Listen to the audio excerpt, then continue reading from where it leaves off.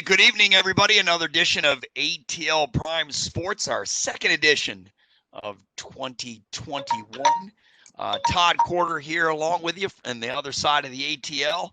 JJ is missing this evening. He is on the other side of the ATL, but he will not be with us. I have my trusty producer, Wayne from Memphis, with us. And Wayne, how are you this evening? I'm doing pretty good. We had a little bit of snow here in Memphis this morning, but it is now melted. It's all gone. It's all gone. Well, there isn't any snow here in Atlanta, and on the other side of Atlanta where JJ is, there isn't any snow there either. So a lot of football games this weekend. Yep. We'll talk about the divisional championship games coming up towards the end of the show. We're also going to talk about the Atlanta Falcons and their head coaching and GM vacancy. Who are the names out there to fill it? I'm going to give you one name that just came up today. He was the former Philadelphia Eagles head coach. We'll talk about him. Maybe Yep. he'll be a candidate for the Falcons. At about 25 minutes or so, Dave Cohen will come on, the voice of the Georgia State Panthers football, basketball, and baseball. He will talk Georgia State basketball with us and college basketball in general.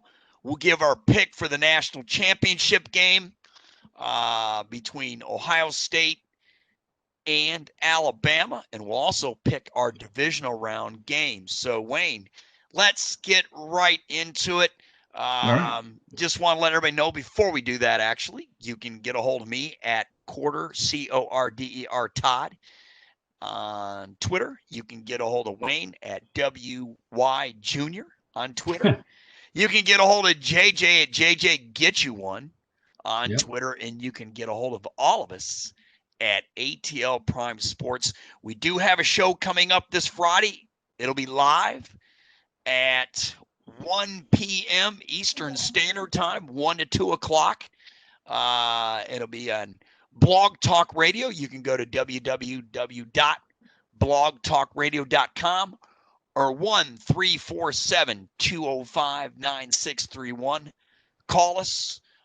We will not take your call. We don't have any callers during the show. If you send us a comment, we'll be glad to answer it on the air or talk about it on the air. And if you send us a question, we'll be glad to answer your question on the air. So that's Friday. Today, let's go to our show, Wayne. And I want to start off with our first topic tonight is the Atlanta Falcons. They get the fourth pick of the draft overall. A big debate going on in Atlanta talk shows. Talking about the Falcons at number 4, that they should draft a quarterback. I tell you what, if Trevor Lawrence is there at number 4, then yes, we'll have a different conversation. But there's no way Trevor Lawrence is going to be there at number 4. He is a generational type quarterback. I think he's a can't miss quarterback prospect. He can make all the throws.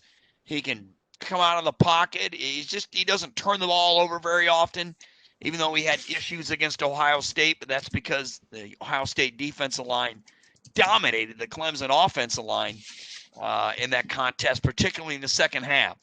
But Trevor Lawrence, to me, has all the tools, a 5-tool, to be an excellent quarterback in the NFL. But he will not be there when the Falcons pick, barring a miracle, or if the Falcons move up to 1, where Jacksonville is now. So that sets the stage. The Falcons, Wayne, are at 4. And to me, I do not think they need to draft a quarterback. They've got Matt Ryan, who's 35 years old. He's got at least 2 or 3 good years. They owe him big money on his contract, huge money. And there's no way that you want to draft a quarterback and have him sit 2 or 3 years while Matt Ryan's playing, because what are you doing with the rest of the roster? Matt Ryan's untradeable at this point, Wayne, because he's just untradeable. He owes too much money. Nobody's going to come and trade for the Falcons for that type of money at the quarterback position. And if they do, they're going to want the Falcons to take some money off, eat some of the money on their end of the contract. And the Falcons are going to want draft picks. Yeah. They're going to want to get young. And a lot of people are not going to unload their draft picks because they're so precious. Yeah. They just are. So my solution for the Falcons is, and I think they need to go defense. I think they need to go Yes. edge rushers. Yes. I think they need to trade down, get as many picks as they want in the first. Maybe they can get 2 picks in the first round, trade down again, maybe get 2 picks in the second round, and build some draft capital and build that defensive line, because they are really in trouble on that side of the ball. They don't get to the quarterback very often, and you have got to have edge rushers to get after, especially these elite quarterbacks today, Wayne. Yeah. They all can move out of the pocket. You've got to have speed coming off the edge to be able to get these guys and pin them. And also the Falcons, they need help on the offensive line. But the defensive line, to me, is where it's at. If you can trade the 4th pick and get 2 edge rushers in the first round, get an offensive lineman in the second round, and maybe another edge rusher in the third, then you're talking. Or maybe the Falcons can go running back in the second round with Najee Harris if he's there from Alabama. He's projected to be there, but we'll see. Yeah. Well, he may go late first round. I mean, there's a lot of teams I could think they could use him. Pittsburgh would be one. Yeah. But that's my position on the Falcons. And, I've heard the local talk folks, Wayne, tell us, oh, man, if they're in the top 5, they should definitely take a quarterback. Well, that's great. I would say take a quarterback if they didn't have Matt Ryan. Right. But they've got Matt Ryan. And if they didn't have a quarterback, then, yes, you want to take him. And everybody says, well, if you're in the top 5, you got to take a franchise quarterback. It depends on the situation of your team. And the Falcons are not in that situation. Matt Ryan, Wayne, you and I agree with this. We think he is a top upper echelon quarterback in the league. I think he's in the top 7. I mean, I do. I don't think you can name 7 or 8 quarterbacks in the NFL better than him. Well, I also think they should go defense. Anybody who says that they need to pick a quarterback in the first round is either a fly-by-night sports fan, or I would say they're a little bit lazy in their picks. Well, everybody wants flash. Everyone wants style. They want the name. Look at the big name going around, speaking of it, is Justin Fields. He's from Atlanta. Yeah. Went to high school here. Went to college at Georgia before transferring to Ohio State. He's got the Buckeyes in the championship game. So he's the popular pick. And he's a really good quarterback. He's not a sure thing. I mean, there really isn't anybody that's a sure thing. Like I said, I see Trevor Lawrence a la Peyton Manning. That's how I see Trevor Lawrence. Well, I know there's going to be a quarterback available that'll be a sure thing if they want him, but it's somebody that will have to play under Ryan for about 3 years before he's ready to come onto the field as a starter. But going back to defensive players, one of the ones that you might be interested in that I had looked at and thought that would be a good pick would be this Kwity Paye from Michigan. Oh, okay. I know you're talking about the Michigan edge rusher. He would be an excellent pick. And I'm sure if they trade down from 4, Wayne, he won't be there. Yeah.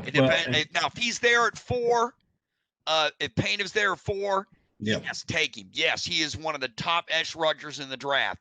Right. But he most likely won't be there. But, back to the quarterback position, Justin Fields is the popular guy. He's all over the Atlanta radio talk shows. All the fans want him. And I get it. And if they didn't have Matt Ryan on the roster, I would say, yes, take him. Absolutely. Yeah. No question. But it's going to be hard to trade Matt Ryan with these. And the Falcons are cap strapped right now. Yeah. And see, my quarterback solution will help their cash strap problem, as well as being able to keep Matt Ryan. Further on down in rounds, probably 3 or 4, the quarterback from Memphis, Brady White, will be available, and he will not come very expensively either. And it's somebody that I think can play at that level. Well, you're talking somebody you're going to get later on in the draft. And if the Falcons do decide to draft a quarterback in the 5th or 6th or 7th round, or I don't know where they pick. I'd have to look at that. Yeah. I just was discussing the first round tonight. In the later rounds, they could do somebody like that. They could maybe get Ian Book from Notre Dame, a guy that they can develop and wait around for a couple of years under Matt Ryan. That's fine.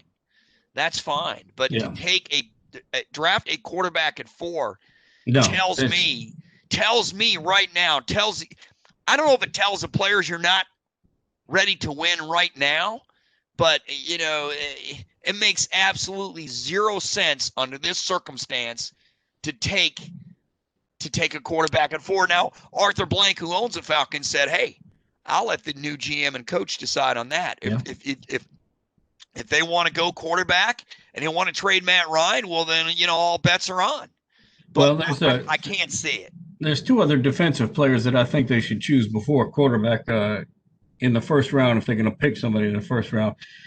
Penn State, a guy named Micah Parsons. Yes, very good player. He didn't play this year. Yeah, and another one would be Penei Sewell, I think that's how you pronounce his name, outside linebacker, Oregon.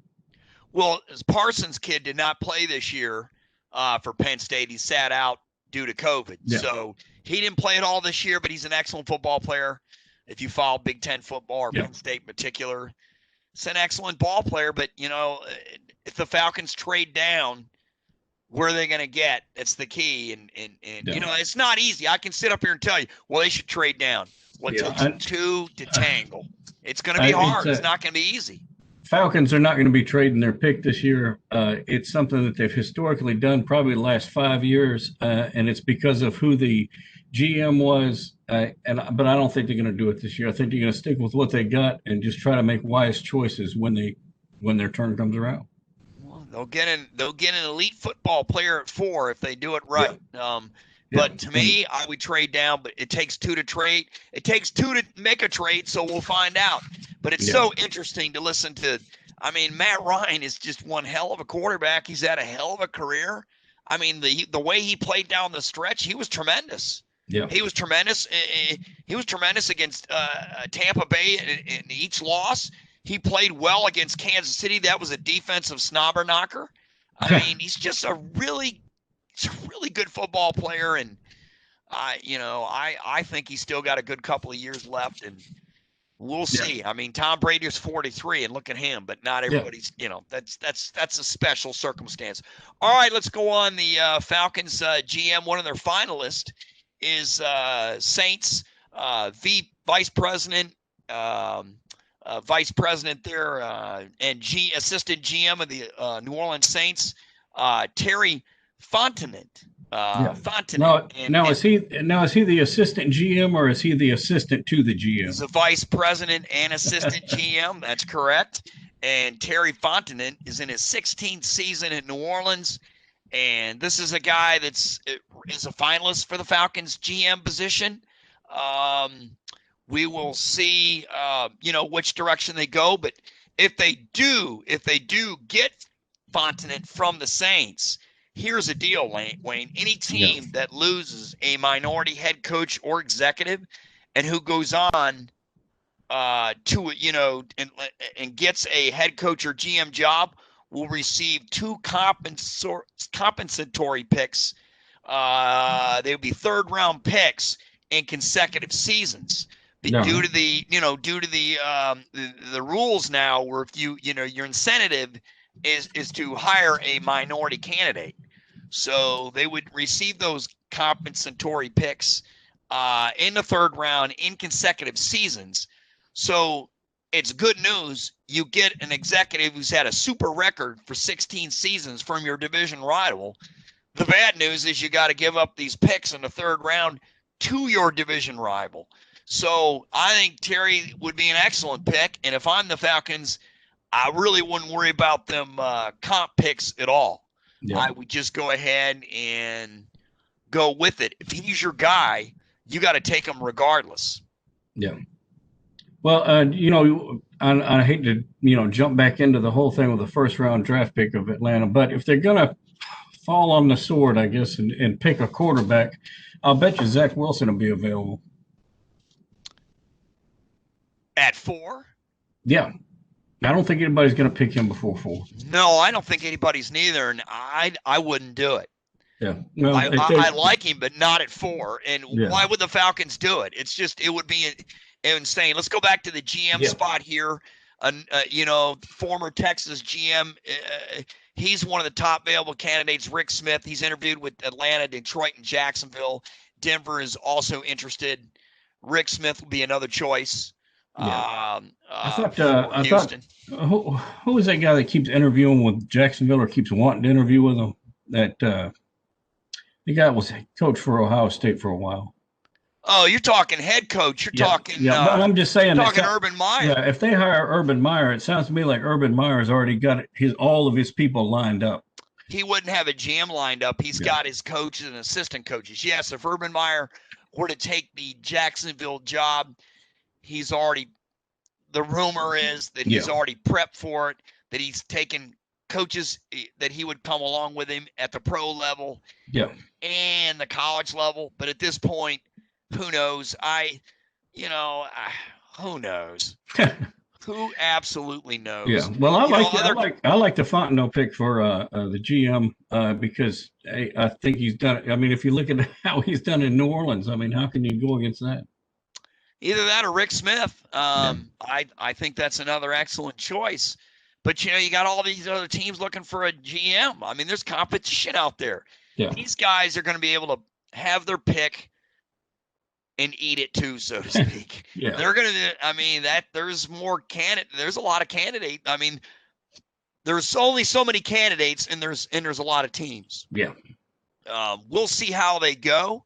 For Detroit, I know they've got the former Falcons GM on their mind. That's for sure. So we'll see if that takes place in Detroit. I mean, anything can happen at this point. We'll see. Yeah.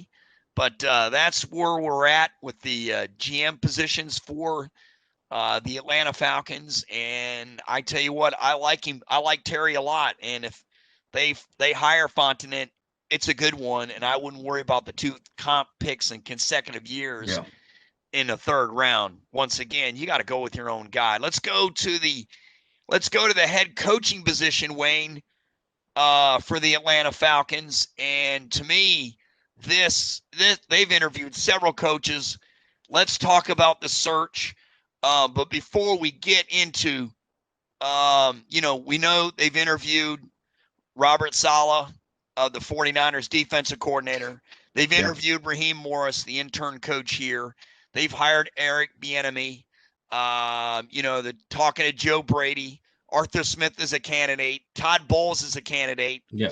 Nathaniel Hackett's a candidate, and Brandon Staley is a candidate. It sounds like each one of those guys could have a job at just about anywhere. It just depends on who picks them. I mean, there's so many jobs available. There are, but my guy came out today. He was fired by the Philadelphia Eagles. I don't know why they fired him. That doesn't make any sense that they fired him. I think the same. I mean, Doug Peterson was in Philadelphia for 5 years. He took him to the playoffs 3 times. He had a 4-2 playoff record. He went 3-0 in the playoffs his second season and won the Super Bowl against the Tom Brady-led New England Patriots. They were 13-3. They went from 7-9 to year 1 to 13-3 in year 2. Yep. He finished 46-39 overall in 5 seasons. Like he said, he had the 4-2 postseason record with a Super Bowl win versus Green Bay. The 3rd season, they went 9-7. He lost to the Saints in the divisional round. Year 4, he went 9-7 and lost to Seattle in the wild card round. But, Wayne, this is a Super Bowl winning coach. Yep. And now he's available. He's at your lap. You hire the Saints GM if you can get him, Fontenot. Yeah. And if you can get Doug Peterson, who's won a Super Bowl. And, oh, by the way, Fontenot was with the Saints when they won the Super Bowl. Yeah. You've got Super Bowl winners at coach and GM. I don't know what a lot of Falcon fans think about this, but, Arthur Blank, he's hired the last 2 coaches he's hired are defensive-minded, Wayne. Yeah. And Smith and Dan Quinn. And Mike Smith and Dan Quinn, they were defensive-minded coaches. Yeah. Now, Doug Peterson's an offensive-minded guy. Yeah. To me, this is the guy. Yeah. The other guys are unknown. Raheem Morris has already coached Tampa Bay. We've seen what he could do this year. He did a fine job with the Falcons. He let them know 4-7 record. It was a tough situation. Yeah. Do I think he's a strong candidate? I do. Yeah. Saleh, You know what he's done as a defensive coordinator for the 49ers? He took them to the Super Bowl last year against Kansas City. They lost. Speaking of the Super Bowl, Eric Bieniemy, Yeah. the offensive coordinator in Kansas City. This is another strong candidate coming from the Andy Reid coaching tree, Wayne. Yep. And, you know, he's the top guy. He is. But he's not – these guys that Bieniemy's never been a head coach. Salah's never been a head coach. Joe Brady, the hot name, the former LSU offensive coordinator. Now, you know, he spent a season as Carolina's offensive coordinator. He's a hot name, but he's never been a head coach. Yeah. Arthur Smith, you mentioned him off the air to me. Yeah. Of the Titans. Right. Yeah, great job this season at Tennessee. Never been a head coach. Todd Bowles, been a head coach with the Jets. It didn't work out very well. No. Now, another game. Has anything worked out for the Jets in the last 10 to 15 years? Well, it's been a while, but you got to remember, you know, Ryan did very well for the Jets. Yeah. So, you know, as the head coach, Rex Ryan. Yeah, so he did very well. He took the Jets to the AFC Championship game. Well, that kind of coaching is no longer allowed. Well, I don't know what you mean by that. Well, any of those Ryan boys, they tend to be a little bit rough how they play or how they coach and how they encourage the players to play. And so they coach up to the whistle and a little beyond. And you know what? In today's game, it is a little different. But success is success, and how you get there is critical. Yeah. And, you know, they were very successful under him, but he's, you know, he's not a candidate. So Nathan Hackett, the former Syracuse Bills and Jaguars offensive coordinator, is currently the Packers OC. Yeah. And guess who he got an endorsement from? Who's that? Who would that be? The Packers quarterback? Who endorsed him? Okay. Yeah. Aaron Rodgers. Let me tell you something. A player like Aaron Rodgers or Peyton Manning endorse you as a head coach, and they don't want you to leave their team. Think about that. Aaron Rodgers does not want Nathan Hackett to leave. 44 touchdowns and 5 interceptions, and the Packers are the favorite for the NFC to go to the Super Bowl, a slight favorite. Yeah. You don't want your OC leaving when you have a great relationship with him. But what does that tell you about him, that he's recommending him as the head coach? Yeah. And the Falcons already, you know, they conducted for an interview with him on last Thursday. Yeah. If you don't get Doug Peterson, that's my guy here in Atlanta. All right. That's who I'm getting is Nathan Hackett. I'm getting over him, over Bieniemy. He's been many years as an assistant with Andy Reid. That would be my third guy if I'm going offense. If I'm going defense, I'm getting Robert Saleh. There's no way I'm not. If I'm going defense, that's my guy from the 49ers. But I'm going with experience here, Wayne. Yeah. And to me, the answer is Doug Peterson. Yeah. Well, you know, you were mentioning, I had mentioned Josh McDaniels before, and you said he's kind of off the table, right? I have not heard Josh McDaniels for a job with any team in the NFL. He's still the OC. Yeah. Of New England. Now, could he resurface this year? He could. I think these teams are going to do a thorough search. Remember, we didn't talk about Brandon Staley neither, the DC for the Rams, and you know he's only been a coordinator for 1 year. But look at the Rams defense. Of course, they got great players up front, and we all know about their front four. So, you know, but he's a hot name and he's young.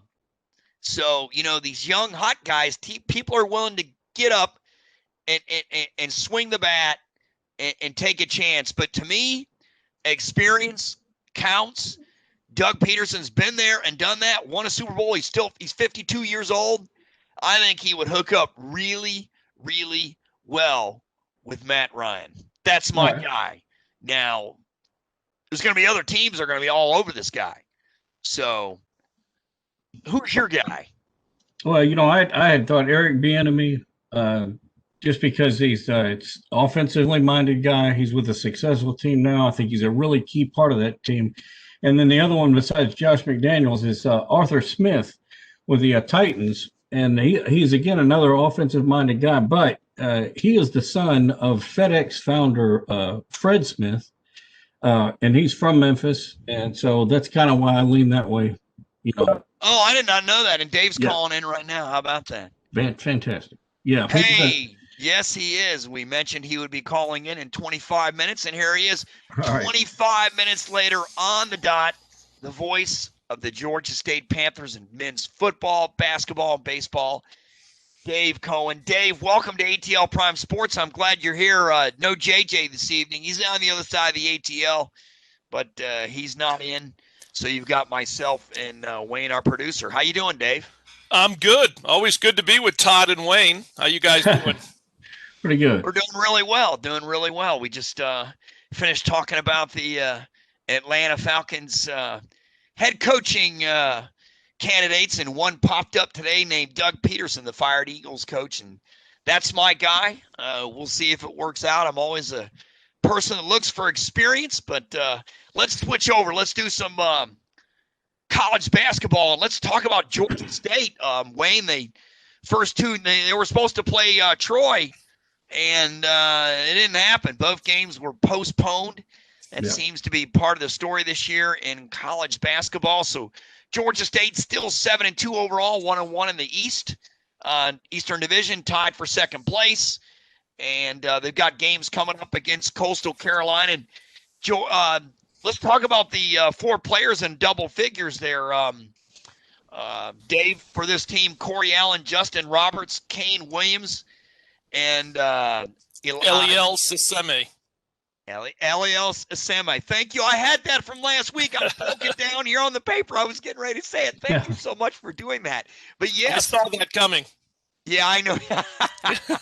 Anybody that follows Georgia State basketball sees that coming. But wow, these four players have really contributed a ton. Well, and that's not really a big surprise, to be honest. And by the way, the collegeinsider.com top 25 mid-major poll came out today. Georgia State, despite not playing both games this past Friday night and Saturday afternoon, came in again at number 9. So you have your overall AP top 25 that supposedly includes everybody, but the collegeinsider.com site does their own mid-major top 25, which teams are selected again from your what we'll call group of 5 schools and FCS schools combined in basketball. But yeah, the guys you mentioned have been they've been consistent for the most part all season, and then even dipping into last year, save for the new faces like Eliel, who I had a chance, obviously watching him in practice a year ago. It was a little bit surprising to some who really hadn't seen him in practice, because you looked at his numbers at Cincinnati and very limited playing time. I still don't understand why they did not make him more of a factor at Cincinnati unless they just flat out had better players. But I find that hard to believe. About 50-50, because that's a pretty good program, but still. So having watched him all off season and in practice last year while he sat out his transfer year, I'm looking at him and I'm watching and I'm thinking, wow, we have not had what we'll call a post player of his stature in here for quite some time. And if you look at his numbers, he's averaging double digits in points, double digits in rebounds. And just prior to the start of Sun Belt Conference play, that trip that they made to Coastal Carolina, he was in the top 5 in offensive rebounds, averaging 5 point whatever per ball game. So he's really made his presence known.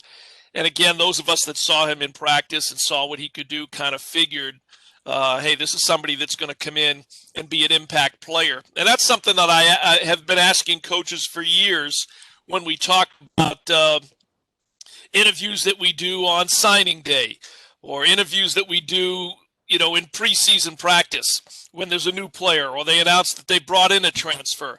Listen, at the end of the day, I can remember when Rod Barnes was the head basketball coach at Georgia State. And at one point he brought in, I want to say 5 or 6 transfers, 2 from Ole Miss, 1 from Mississippi State. 1 was from Wake Forest. And, the naysayers and or the people that are watching from the sidelines are like, okay, well, transfers are usually transfers for a reason. there's usually a handful of reasons you can choose from. But other than Joe Dukes, who really transferred in from Wake Forest, playing behind Chris Paul, and another kid that had come in, the others, made really no impact at all. So one question that I have been asking for years on those kind of shows is, tell me what kind of an impact this player is going to make in the program from the get-go. And Eliel Saseme was a player that definitely was going to and has made an impact from the moment that he stepped on the floor. We came over from Congo. So, wow, these coaches will go all over the world to find these kids. Yeah, there's no stone unturned. And a lot of them, even though, in his case, he's from the Congo, they come over at a younger age. They may be in a prep school. They may be in a junior college situation, a community college situation playing. And like I said, nowadays with what we're doing tonight with Zoom and YouTube and every other site that's out there, Huddle, in the case of football, there's really no stone unturned as far as going out and finding players. I think it's amazing. I think it's a great story. I'm glad you mentioned him first of all the players, because this guy averages a double-double, and he's a really good basketball player. So anyhow. And with Justin Roberts and Corey Allen, that was our starting backcourt last year with Kane Williams. No surprise. Yeah, and Kane's a senior, so he's no surprise. Right. The other two transfers, the kid from Memphis, Boyce. Ryan Boyce and JoJo Toppin from Georgia, and Ryan has been starting. JoJo's been coming off the bench, but both of those guys, have made a nice impact, not quite to the level that Eliel has made, but both of those players have made a nice impact. In other words, they're not transfers who people are impressed by just because of their previous school, but guys that can come in and play. Yeah. We saw that all throughout Lefty Drizel's tenure at Georgia State, bringing in Ryan Harrow from Kentucky, who had been at NC State prior to Kentucky. That was an impact player. Kevin Morris from Georgia Tech, impact player. I'm just thinking of some of the early guys. Harrow came in under Ron Hunter. But I'm even going back to Lefty's days. Shenard Long came in from Georgetown. Impact player for the longest time up until R.J. Hunter. He to me was the best player in the history of the program. So Georgia State has been, as are a lot of mid-major programs in both football and basketball, they're landing spots for guys that sign with Power 5 and high major schools out of high school. For one reason or another, it doesn't work out. And so they end up transferring, we'll call it transferring down. And from there, we see what kind of an impact that they make. Again, some transfers are transfers for a reason. It might be academic. It might be that they're not quite as good, as maybe they thought they were or their coaches thought they were. So everybody's a transfer for a reason. I was going to go back to Ryan Boyce. I consider that more of a lateral transfer because he was a redshirt at Memphis, and he really didn't get much starting or playing time. I think his coach was Penny Hardaway in high school, and I'm glad he's making an impact there. But the other player that I was going to ask you about, probably a bench player, is this guy, Jalen Thomas. Yeah, so Georgia State signed Jalen out of high school from Detroit. Right. And he's 6'10", so gives us a low post presence. Most of the time, and I've watched Georgia State now for 38 years, and I can count on one hand using these 4 fingers and one thumb the number of quality, legitimate post players that can play like a center when you think of someone playing like a center. And the reason for that is obvious, because if you're 6'10" or 6'11" and you're a great player, you're going high major. Yeah. But Georgia State has managed over the years to get 3 or 4 of these guys. Nate Williams comes to mind from the Chicago area. I still don't know how we got him. He still, to me, is the best post player. 6'11", could run the floor. Great player offensively and defensively. I'm always like, how did we get this kid away from any Big Ten school? or Big 12 school, but somehow we did. And so Jalen, to get him as a freshman, was quite an accomplishment for Georgia State to be able to get a player of his stature.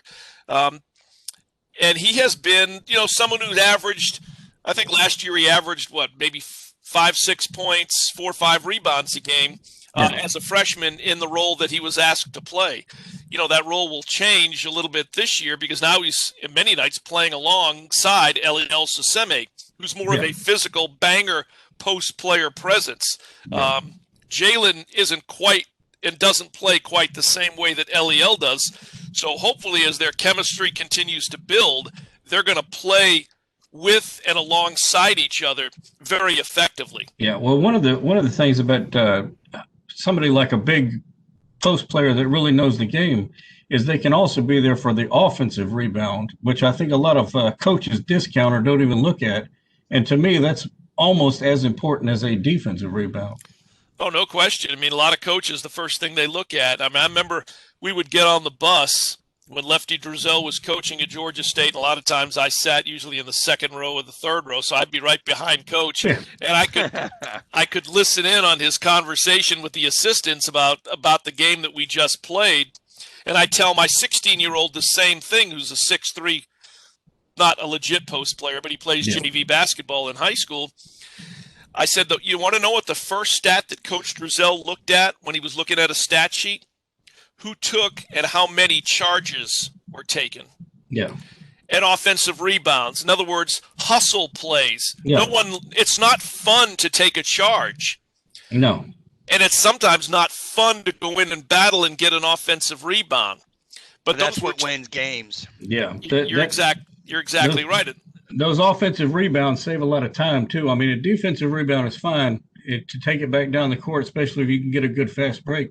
But an offensive rebound is almost like a quick score, and you're right there under the basket. Well, also, when you mention an offensive rebound, Dave, not only that, it makes the other team play defense even longer, and you can tire them out and wear them out because they're chasing you all around the floor, especially if they're playing man-to-man. Yeah. So offensive rebounds are just as critical. And where the offensive rebound has kind of changed a little bit is with and when you had the three-point shot become such a normal part of the game because missed three-point shots tend to rebound out long. Yeah. Sometimes back to the shooter. Exactly. So, that number has changed a little bit. Because of the amount of three-point shots that are taken in games now. The three-point shot in basketball is very much like the home run in Major League Baseball. It used to be special. Home runs used to be special. Now you watch Major League Baseball, and I know we've talked about this, but guys hit line drives, and next thing you know, it's 10 feet over the fence because the fence is, 335 feet from home plate, much like it is out at Georgia State's baseball field. My point is that the three-point shot used to kind of be a specialty shot. You had one or two guys on the floor that were really good three-point shooters. Now everybody's jacking them. Yeah. Dave, I think they should move the three-point line back even more in college basketball. And at the pro level, I think they need to move it further back too. I mean, where is the inside post game now? You see the guys just kicking it around the perimeter looking for a three-point shot. And to me, that's just not basketball. Basketball is about working the ball in and out, inside, and trying to get the best shot possible. And you don't see that a lot anymore. Well, another play that I wish they would do more, and this was something I think was started at Kansas, is running the baseline. There's not much of that anymore either. Yeah. Well, again, that's an interesting point. You're talking running the baseline on inbounds? Right. And I think Kansas did it. I don't remember the coach, but it was a big mainstay and something that they kind of perfected. He must be going back in time. When Coach Brown was at Kansas. Yeah. He took the Pistons to the championship. What was Larry Brown?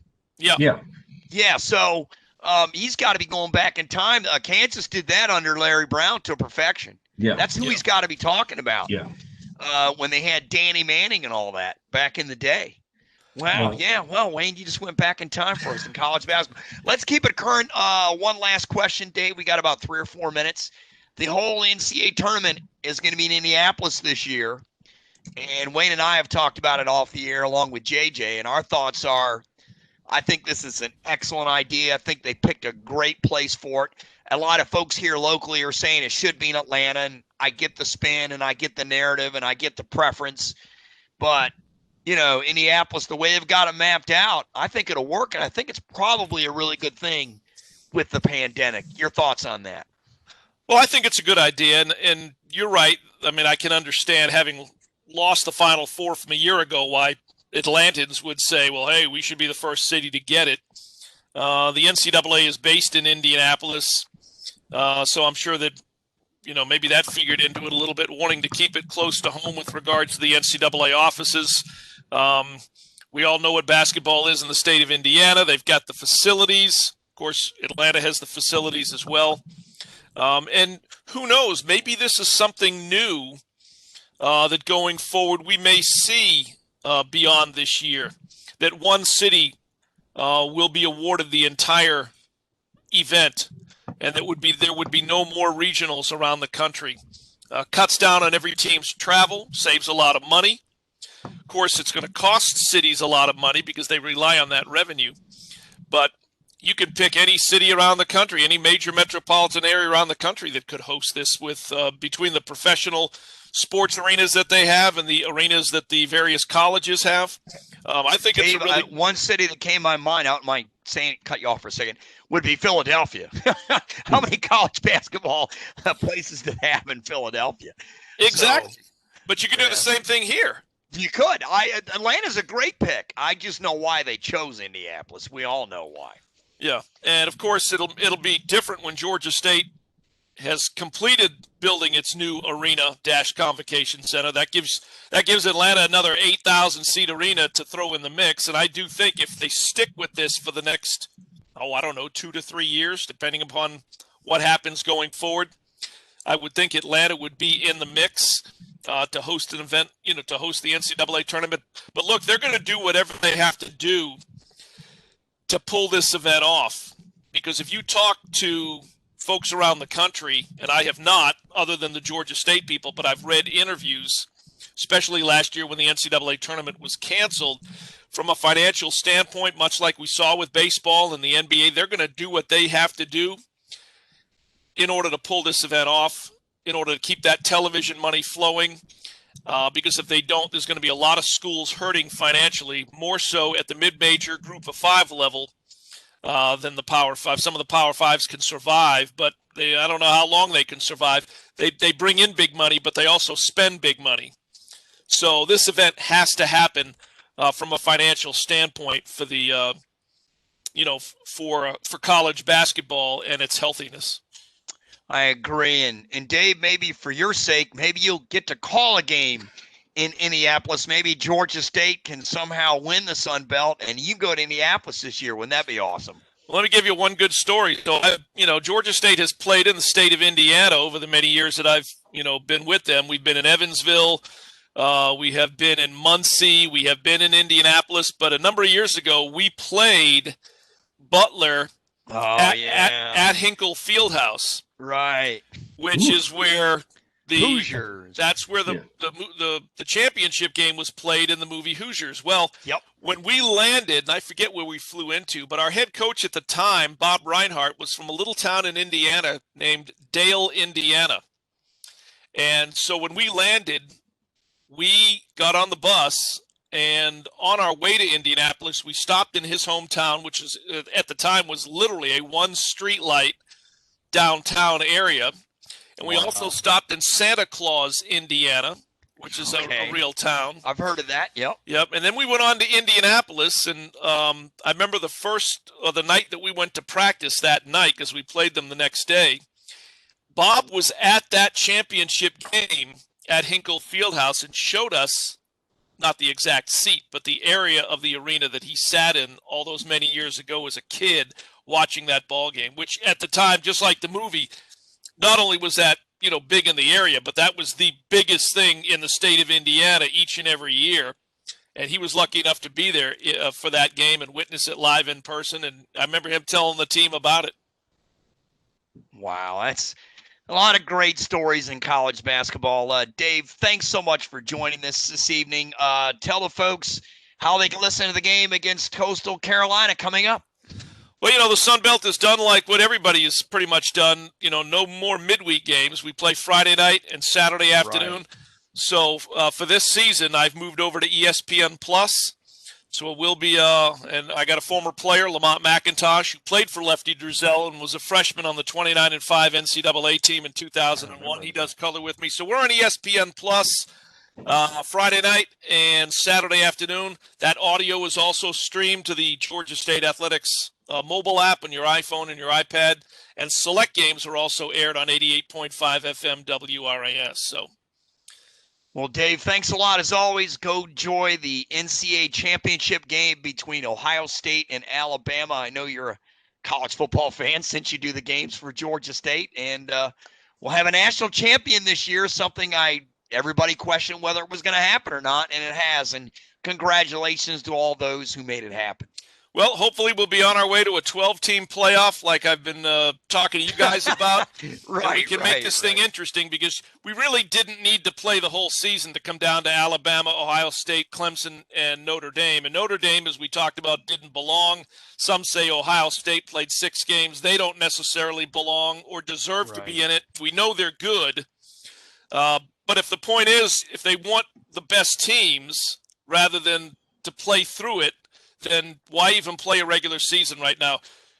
Could we not right now say next year, 2021, it's going to be Alabama, it's going to be Ohio State, it's going to be Clemson, and pick somebody else? Yeah. We'll find out. I know one thing. My Michigan Wolverines won't be in it, but they got a shot in basketball. They're one of the few undefeated teams left in the country, and also the women's team is undefeated. So we were a football school. Now we're becoming a basketball school. So I'll take one. I guess I'll lose one and take another. So did I just see that Harbaugh signed an extension up there? He did 6 years. Yes. And it's team friendly. They lose half his salary. He went from $8 million to $4 million, and his buyout is university friendly after 2 seasons. And he's got a 5-star quarterback and coming in JJ McCarthy next year. So let's see if he can turn it around. But, a lot of freshmen are successful early. We'll have to see with Michigan. Yeah. And again, my only regret, Georgia State did not get to play at Michigan November the 10th because they pushed the season back to November 25. It would have been great to go to Ann Arbor and do that game. You would have loved the arena, Dave. They've done a lot of things to it since the last time I was there. And what the heck, quick story. They played Eastern Michigan. My wife, we were engaged then, and they were playing Eastern Michigan, and we went. And Michigan was up by 20-something, and I said, let's get out of here. She goes, well, we might as well stay. We've got, seats right behind the basket. And Eastern came back, and they were just a little bit beyond half court from winning the game. Dave, that would have been a long ride home for me had Eastern beat Michigan. Yep. And the kid that took the shot, you might be able to remember his name. That was the year that actually Eastern ended up going to the NCAA tournament against Duke. They got to the Sweet 16. What was the little kid, the point guard from Eastern Michigan? What was his name? He played for the Clippers in the NBA. Michigan had no answer for him in the second half. You know what I'm talking about? I vaguely remember. I do too. I'll think of the name when I get off the air. That's what'll end up happening. Isn't that always the way it goes? That's always the way it goes. And boy, it would have been a long ride for me. You want to talk about a long ride? I would have never heard the end of that. But hey, thanks a lot, and we'll talk to you next week. Sounds good. You guys take it easy. You too. All right. Voice of the Georgia State Panthers, Dave Cohen, right here on ATL Prime Sports. Each and every week, we'll talk to Dave next week, and I think we're also going to bring another guest on, Wayne. I'm going to work on that, and that'll be a surprise for all of us. All right, we went a little over with Dave, but that's okay. Let's go to our NFL division round games and give our picks and why. Wayne, you got the schedule in front of you. Fire away, man. All right. Well, the first one there is Los Angeles Rams, Green Bay Packers. That's going to be Saturday in the late afternoon. I would say that I don't really care much for the Green Bay Packers, and I would like to see the Rams beat them. Yeah, but give me your pick. All right. Well, I'm going with Los Angeles then. I went with Cleveland over the Steelers, so I'll take Los Angeles over Green Bay. You're hurting me. Thank you for reminding me of that debacle on yesterday. Yeah. That historical debacle where Cleveland scored an NFL record 28 points, playoff record in the first quarter. The first snap went over Ben Roethlisberger's head. Yeah. So anyway, what is the line on that game? Do you have that in front of you? It looks like the line is Packers 7. Do you have? So you have the Rams winning. So I only have to ask you about the line. I have the Packers covering. If it's in the snow, the offense has a huge advantage over the defense.